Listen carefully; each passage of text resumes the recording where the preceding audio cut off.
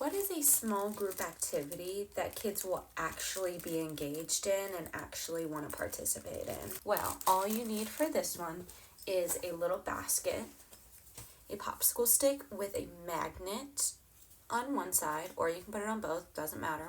And then I cut up index cards and I fold them. I cut index cards in half, I fold them, and then I put magnets on both sides so that when they're all in the basket, I like to play this with kids. They go fishing for whatever the game may be. I have multiple variations of this game. And whatever they draw, maybe they do that problem. For this particular game, it is adding and subtracting terms. So whenever they draw a card, whenever they have got done fishing, you can let them twirl it around, just try and get one. Whenever they've got done fishing, they read the card out loud.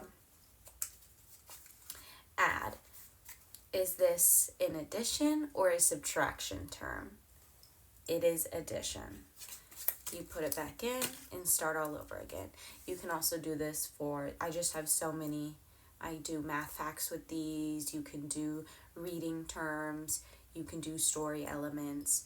You can do division terms. You can do multiplication terms. You can do a lot of different variants with this game right here. And students love to go fishing.